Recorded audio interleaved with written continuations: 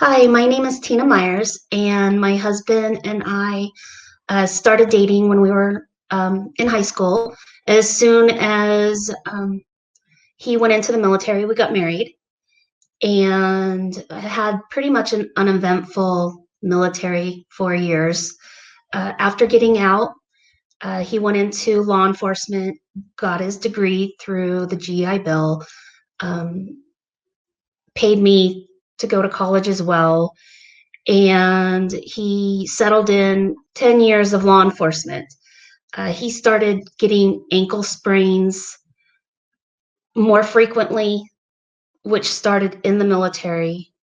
And once that happened, he just buckled down, continued to just deal with it until the ligament blew out.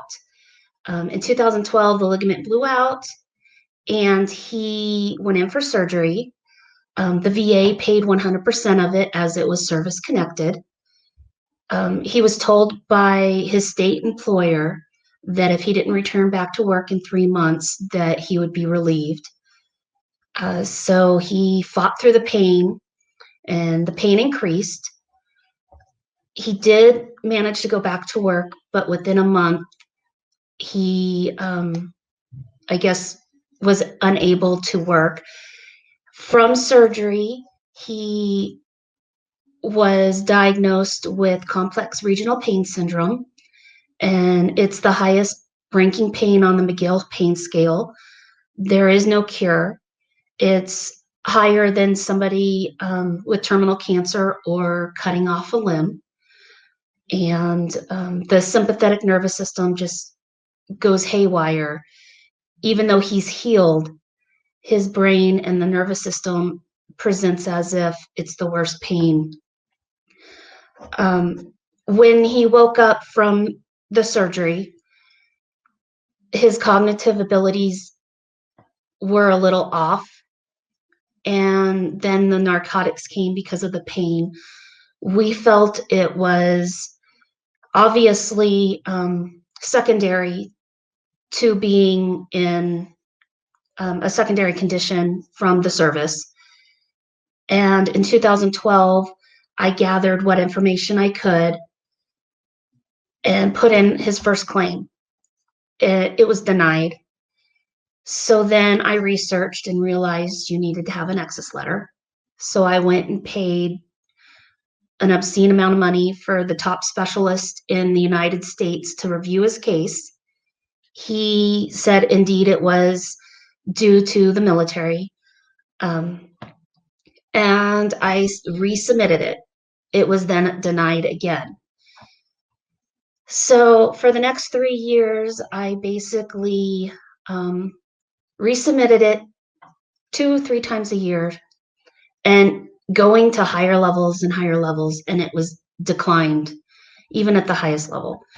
I then reached out to the congressman, and he reopened the case only to find out it was denied again. So after 3 years, nothing really came of it other than me trying to reapply and go further, and I've exhausted everything.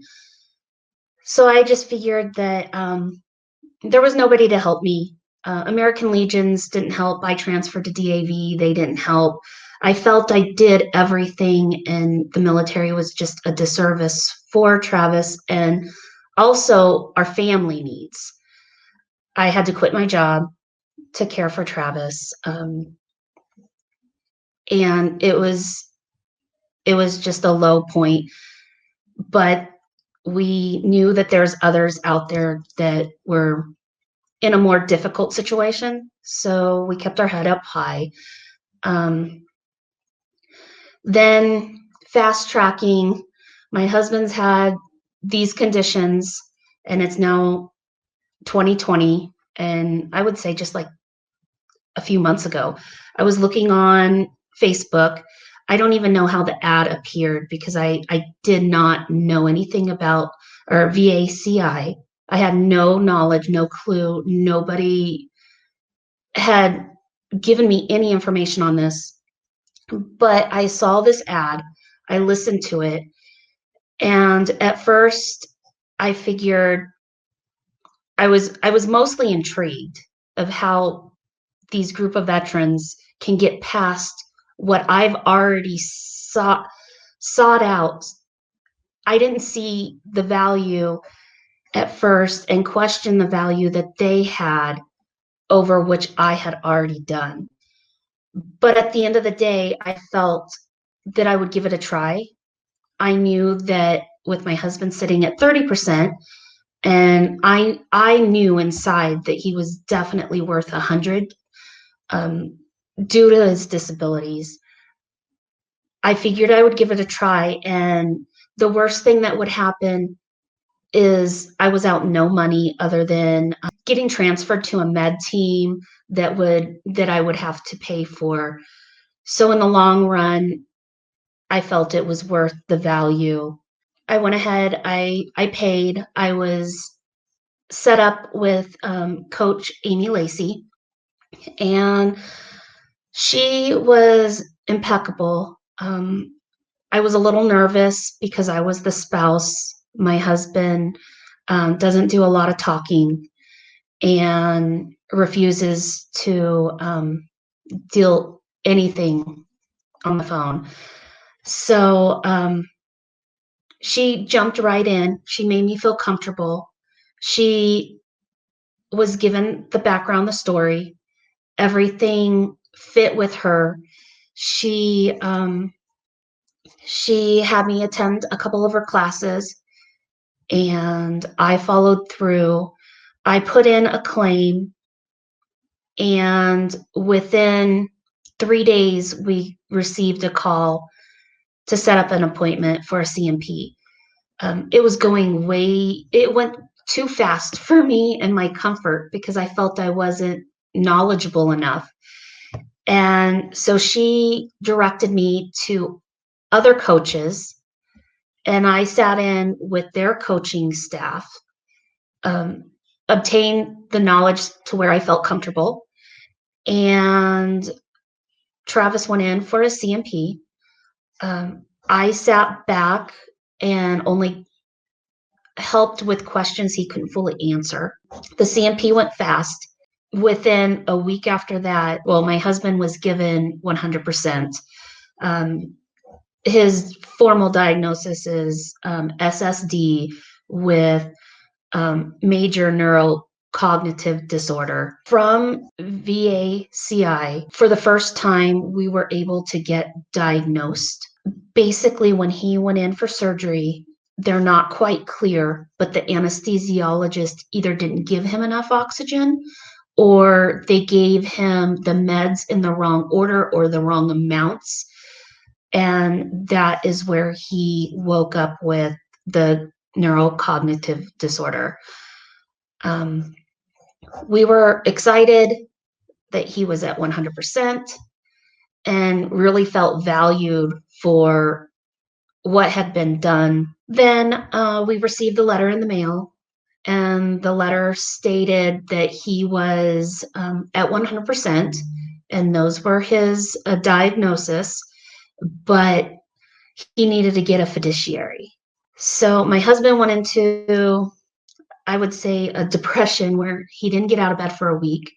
He was at a point where I was guardian of him through the state of Alaska, where I took care of his medical and financial. After we left Alaska, basically, he obtained it back only within a year to have it taken away again. So I went into him about a week later, and he's, not really even speaking to me.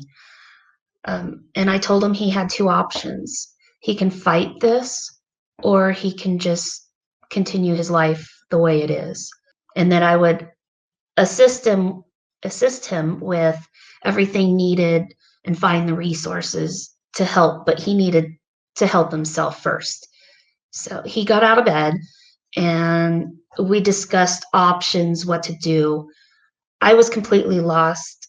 So I reached back out to Amy Lacey. She put us on a path to where we resubmitted an appeal. That was done, I would say, about a month ago. And we finally, not hearing anything, my husband called in about a week ago and found out that the rights were reversed. So he has the ability to make his own financial decisions. If I could give any input as VACI, I would definitely, I see this as a huge asset for family members. My husband always took care of his medical veteran stuff. I was never part of it. I just picked up the pieces and did what I could to help him and help the family. I am now being enrolled in medical, dental. I have gone back to my career, want to further my education. So the VA is listing me under Chapter 35 to help with tuition. I see this as a huge opportunity for family members as well as caregivers who can step in when the veteran is too apprehensive or just not in a good place to help him and help the family out.